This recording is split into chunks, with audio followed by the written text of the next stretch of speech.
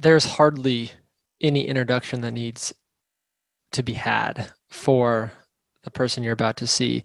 It's, of course, your boy Frank James of the infamous MBTI 16 personality skits, Frank James, legendary INFJ, and we talk about that as well. This is just a super fun interview with Frank. He's a very honest, warm person, very approachable for his status in the community, and we talk about kind of where he started on YouTube and then where he is now, where things are going, some of the different directions he's tried to take with his career and his art, and then I asked about him being, him picking the top 4 types if he was going to do a creative project. That's always a great question. And then he gives some advice for the INFJ. So I think the entire interview is absolutely awesome and definitely could have gone a lot longer, but he is busy. So I only think we did about 35 minutes. So enjoy this interview. Franklin Jamerson III.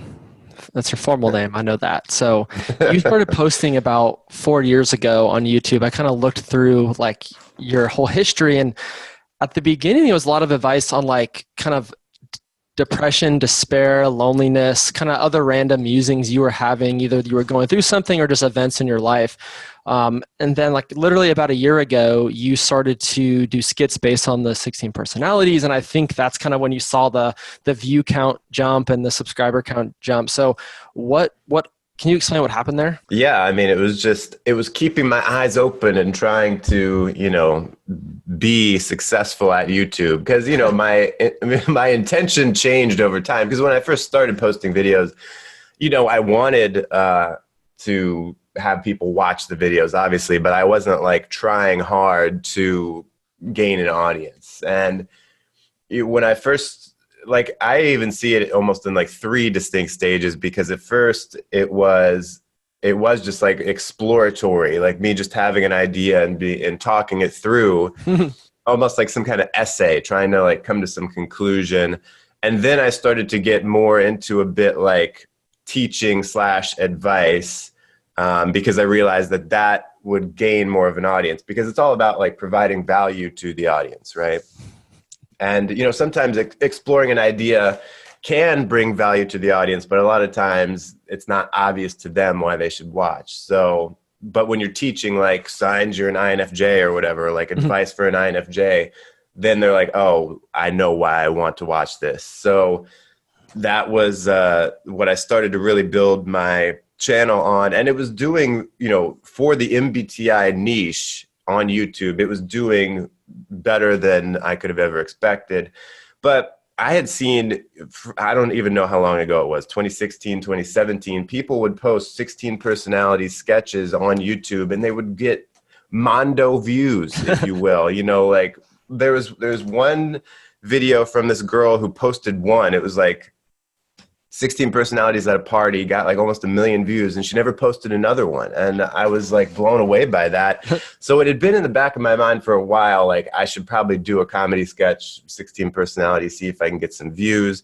And then in early 2019, this YouTuber Bogdan Jakobets, he started posting them regularly. He was posting them at least once a week, 16 personality sketches, and he was getting big views every time. So I was like, okay, this is repeatable. I really should try this out for myself. I did. The video blew up bigger than any video I've had. It was 16 personalities at a job interview, and watching it now, it's not even that good, in my opinion. So, but still, people loved it. So I was like, well, let me just do one a week and see how long I can ride this train. And here it is, like a year. I started late May of 2019, and now it's January 2021. So it's been over a year and a half. Mm-hmm. I didn't think it would have this much longevity. And I'm just grateful that people keep coming back week after week, and that I can keep coming up with ideas. So, but yeah, that's really what it was, is becoming more intentional about wanting to gain an audience. And I still do the teaching and advice stuff, but I've always wanted to do comedy from the beginning. You can see, like, very early on, I was trying out comedy sketches, which never did well. So I didn't do them often, but yeah, just moving towards where the views are and what I had fun doing, Right. really. Now you mentioned counseling, and I know I'm not sure a lot of people do know this about you, but you do counsel and help people and with their type related issues. I mean, I see you have a Snug account, which is an INTJ Lijo, and I know you know her pretty well, and I actually have used her service as well. And then you have a Wizio as a different avenue, and then I saw I think it's called Ko-Fi or Kofi, but I think you can buy Yeah. your. I bought you a tea or coffee the other day, so Yeah. Or you know. eggnog latte right now is what I have Right, on that's what there. it is. Now, how is that part of your business developing? Well, actually, right now, and maybe this will kill the question right away. I've kind of suspended that for a bit, taking a break from it Okay. because I want to get super, laser focused on video production. And so I did it starting in like late August, early September, and all the way through December of this past year. And it was great to meet so many people who are interested in typology and exploring that kind of stuff. And my favorite thing was I offered like a typing service where people could send me a recording, 20 to 30 minutes long, and then I'd give them what my opinion on their type was, their 16 personalities type. And I was using my knowledge. I had been, you mentioned Lijo. She and I met through the objective personality community. Hmm. So I learned typing from that system. And so I kind of like modify it to be a bit more mainstream, Yeah. like without all the 512 types they have. And that was my favorite thing, is giving people their type. And I had quite a few people who got their type and then scheduled a live video on Snug to like talk about it. And I think what was tripping me up a bit was I found that sometimes people would come to me with issues that I didn't feel like I was qualified at all to help them with. And I get they probably understand that and they want to just get someone else's opinion. They just Right. want to talk to somebody. But typical like IJ thought, I want to find a way to control it more and to like narrow it down so I'm only getting people who want something very specific coming to me. Just because I think it helps fit it into my workflow when it's the same thing over and over and I'm like really looking forward to what that is. So yeah, it was, and sometimes when people came to me with problems, relationship problems or whatever, I was able to talk them through it, and I felt like, oh, I actually helped this person out. But then there were other times where I'm like, I would end a lot of these with, you really should see like a therapist, because I think getting mental health help, seeing a professional is very important. So I'm always like an advocate for that. Right.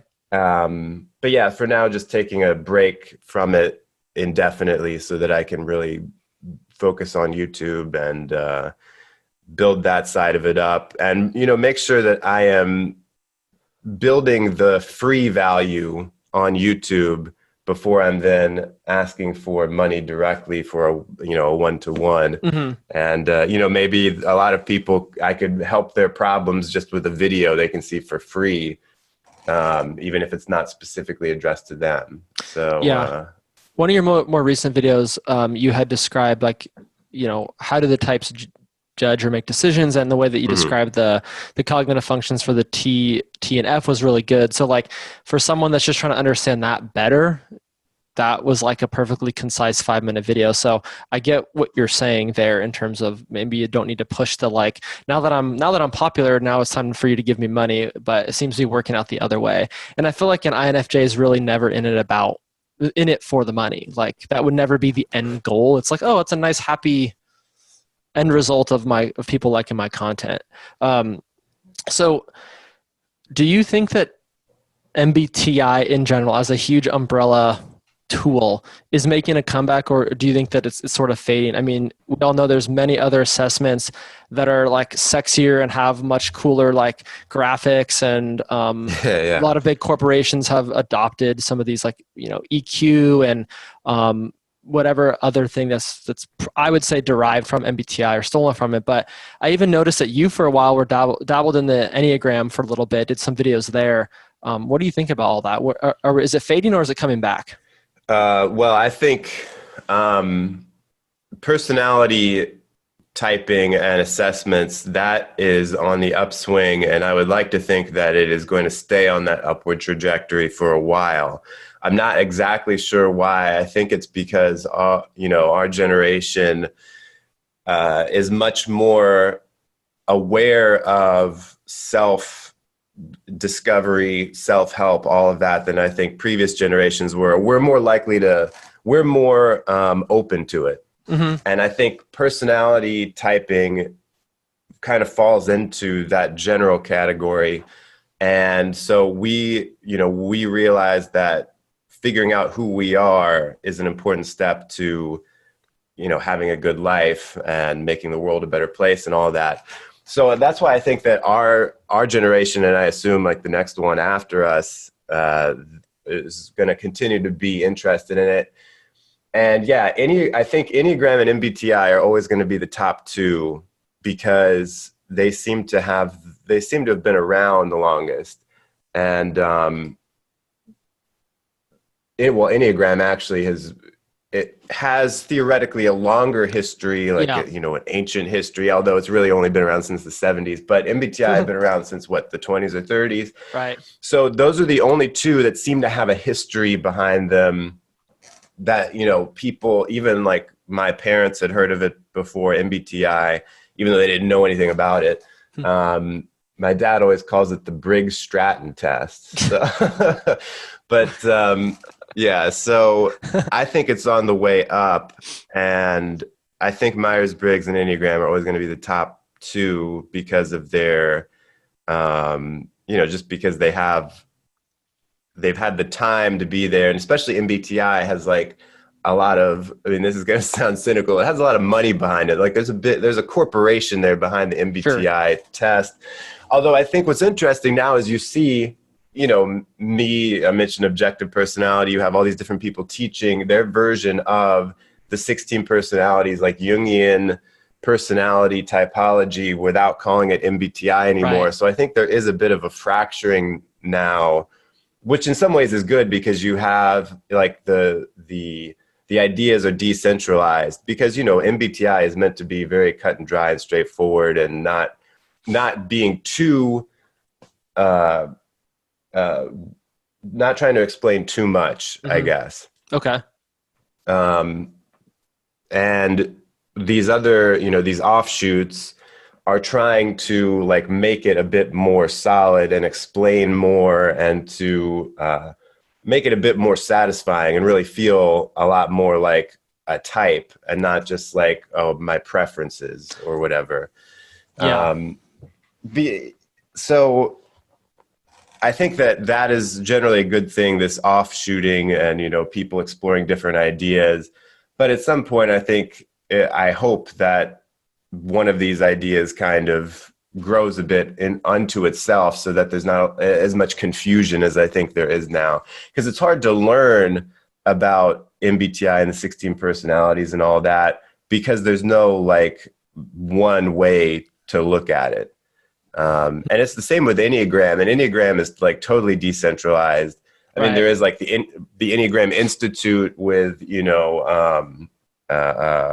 Riso and Hudson. That seems to be like the most prominent, but there's a bunch of different teachers and they have like all slightly different ways of going about it. So it's good in terms of developing the ideas. At some point, like I said, hope it coalesces a bit. I explored with Enneagram on YouTube for the same reason I did 16 personalities, is like a calculated, I think this will get views, and it didn't like the way I thought it would, which is weird. If you go to Google Trends, they say, oh, this is how you should like figure out what to do for your videos. You go to Google Trends, you type in what are people searching for on YouTube. If you look at like Enneagram versus MBTI, or even Enneagram versus INFJ, which is a much better search word, Enneagram is like way outperforming it. But for some reason, when I did those videos, they didn't like blow up to the degree that the data would have suggested. Mm. So, here from the intuitive telling you don't care about statistics or data, just don't worry about it, just feel it out.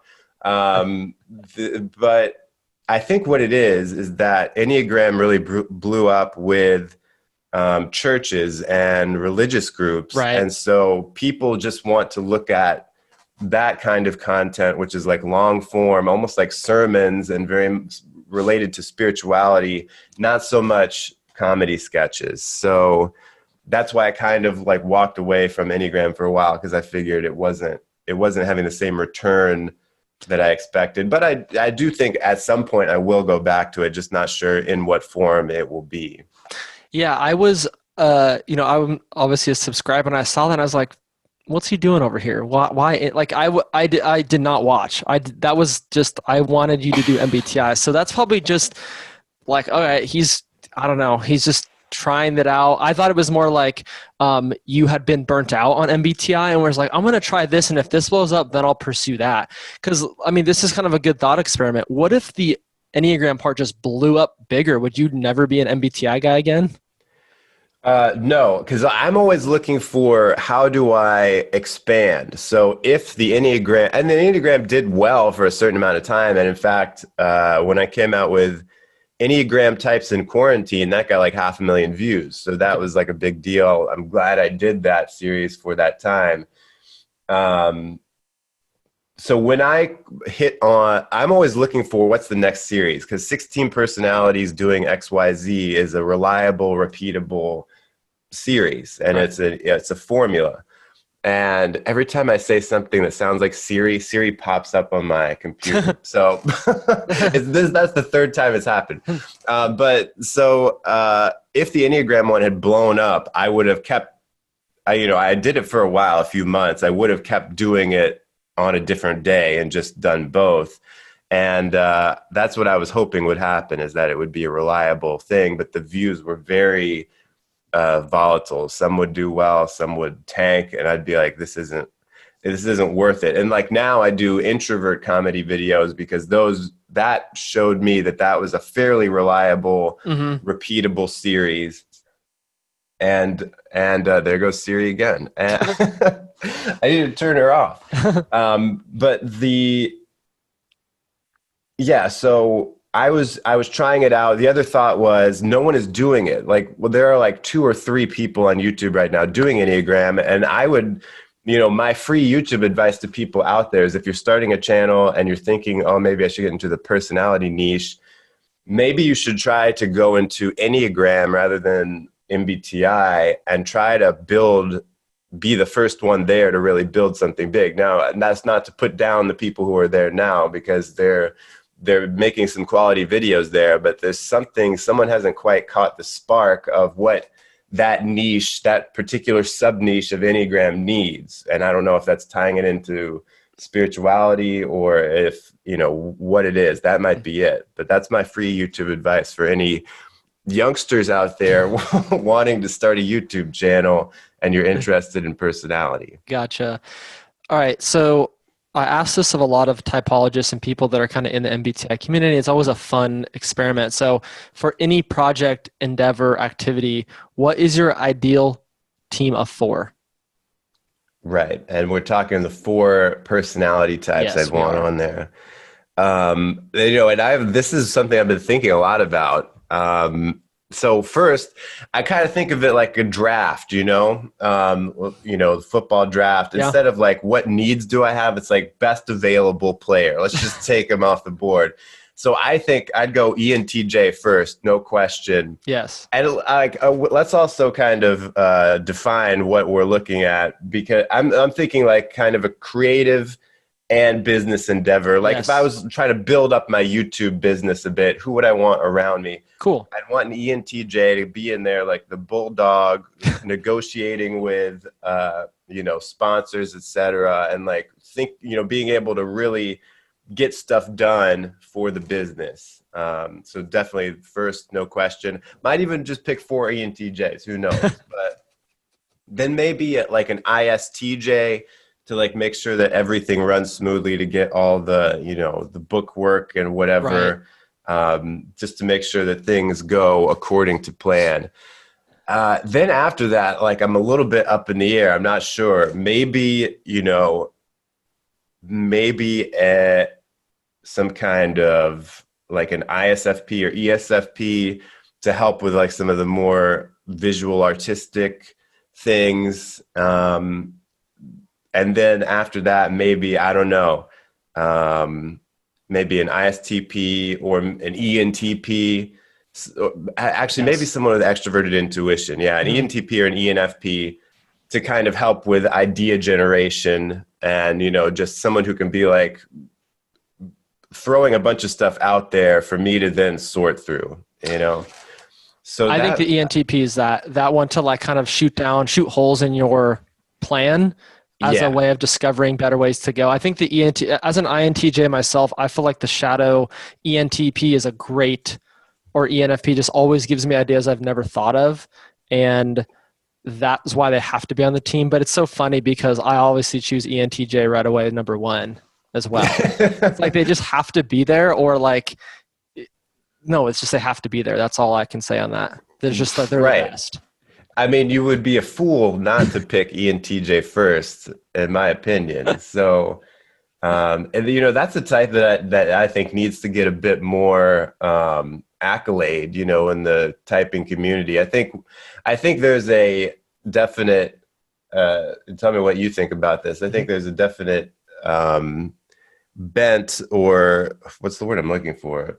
People prefer the introverts, like they get the prime time, whatever. And it's like the ENTJs, though, they really, they're barely extroverted. So. Yeah. Yeah. They're the least extroverted of the extroverts in my mind. Oh yeah. What makes you think that? In terms of just like outward, like, oh, that person's super outgoing. If I think about it, if I just like use a very simple, like extroverted means outgoing. And I think David Kiersey, and Please Understand Me, had said this as well. He's like, ENTJs are probably like the least extroverted or outgoing. They only are outgoing as a means to an end, not like, not as really like, I want to go to this party or I want to be out amongst people. It's just like, even more than the INTJ, this is like a means to an end to get what I want. I recently posted something on LinkedIn that I did like a spectrum of type. I'm doing this new series, like an infographic where I, like for the INTJ, I kind of lay it out in a sense that's like not good to bad, but just like the entire, INTJ had like Tesla, Elon Musk, and then I had Ted Kaczynski at the end of the INTJ. It's like genius to genius, but there's the spectrum. And then ENTJ, I had Margaret Thatcher, Malcolm X, Napoleon, Julius Caesar, and Voldemort. Okay. And it's like, people were like, well, that's kind of not fair. And who wants to be associated with those? I'm like, it's just, you have to realize there are negatives to each type as well. Like, right. So yeah, like, especially with the F types, people are like, oh, they're feelers, they can't be bad. It's like, yeah, they could be. Like, well, that's the whole, like, everyone knows the, INFJ, the worst INFJ is people are gonna be like, no, that doesn't count. It's like, well, come on. There are negative INFJs out there. So, but yes, I don't know how we got on this, but ENTJ is, they get too much, they don't get enough attention. Everyone thinks like INTJs, and this has kind of been spelled out in like your highest rated video is INTJ. I believe it's the INTJ compilation, I believe. Isn't it? Yeah, it's of the compilations. Yeah, either INFJ or INTJ. Those are always like the biggest. Yeah. And then like I was talking to Joyce Meng the other day, and she does all the panels of like types and like and her top 5 are all INTJ by 20,000 vote. Like so I'm like, there must be something about that type, or INTJs just like are like all high on their own, whatever. And they just like to hear about themselves. Do you see that? Yeah, I think, well, definitely the introvert, the IN types, those 4 definitely do get the most traffic. And, I've done videos that were just ENTJ and they don't do as well. And I think, it is like people who consider themselves to be those types the INTJ, INFJ, et cetera, they are a bit more interested in what do people have to say about me? And I think the extroverted people out there don't care as much. They don't have the time to spend like watching videos about themselves. I think that's really what it is. Um, even, so it's like the I mean, that's what that's what the data seem to suggest. Yeah, I think also there are some of those types are a bit underserved. I think like the INTJ and INTP don't get as many videos made about them. And so when they do, they flock towards it because it's like, oh my gosh, finally, like starving person has a morsel of food. Okay. Yeah, so that's what I think is going on there because there's INFJ and INFP videos out the wazoo for people to consume, and INTJ video is actually not one that I have made a specific one for them yet. So maybe I should do that. Like besides the compilation videos, Right. So maybe that's next on the horizon. Let's see what I can do there. The one like the INTJs on a date, the coffee date, or when you talked about, this place is run by the Illuminati. I was like, this guy knows INTJs so well. Like, I know this guy's legit. So that was like the first exposure to you, and I was like, okay, well, now I'm subscribed. So that was great. Can you give some advice? Sorry, go ahead. I was just going to interrupt you really quick. Yeah. I wanted to get I know we're like up on our time here, but I just wanted to get your opinion on that whole conspiracy theory for like what, INTJs as conspiracy theorists, because I get people in the comments like, no, man, no, we're not. And then others like, oh, yeah, we are. And to me, it just seems like IJ types in general seem to like flock towards conspiracy theories. So I wanted to see what you thought about that. Yeah. And it's funny because I just wrote a blog post called Introvert Intuition and the Conspiracy Theorist. Yeah. There's been a lot of talking of just conspiracy theories in general in the media. So I was like, this is time to talk about it. I simply break it down to like patterns within patterns and NI, just making connections. And there's been a lot of good videos talking about this as well. But I don't think it's anything more than try your brain like converging or distilling down random data points into something that's probably not a real line of best fit. So we're just more apt to see beyond things like that. You can really see like in someone like, I always bring him up, but like, Ted Kaczynski was a great conspiracy theorist, and he connected all these dots that people are like, that doesn't really make sense. And if you probably were looking at like flat earthers or something like that, you'd probably see a lot of NI types there. I just think that's... it's introverted. It's subjective pattern recognition. So it's like, yeah, that's not really a pattern, but it is to me. So yes. Yeah. And that's pretty much all I boiled it down to. I said, like, this is not something that they're purposely trying to do to make these connections. It just ends up being weird and not exactly explainable. Like, you have to kind of like, you get it. Yeah. And that's like how half of our conversations go. It's like, it's that classic Charlie from It's Always Sunny, where he's like pointing at the board and he's got all these like different pictures. And it's like, don't you get it? So as an INTJ, I've learned to like think about how I'm going to speak about a subject before I just instantly go into like the Earth's flat, we're living in a big dome, and just start there. So I wanted to see if you could give some, free advice to the INFJ. I didn't know you were an INFJ for a while. I guess I realized after you always ended your compilations with the INFJ being kind of like this sad sap. Yeah. But younger INFJs, even older INFJs, like, what is just some like worldly advice for them? Worldly advice. Well, there are people who are in different stages of their understanding of MBTI, first of all. Mm-hmm. So people who are in the early stage are still like, oh my gosh, it's so special. And yeah, like typology in general is like this amazing tool. And I think the first bit of advice I would have for INFJs in that first part of the journey is like, don't worry so much about being INFJ and being special and all that and how it affects your everyday life, because it's probably not doing it in the way that you think it is, because part of the whole thing with our personality is we don't always see what we're doing. So we think, oh, my personality is working in this way, but it's really working in this other way that you're not even aware of. So Cool. first of all, just stop worrying about being an INFJ. Okay. But then I would say, like, the biggest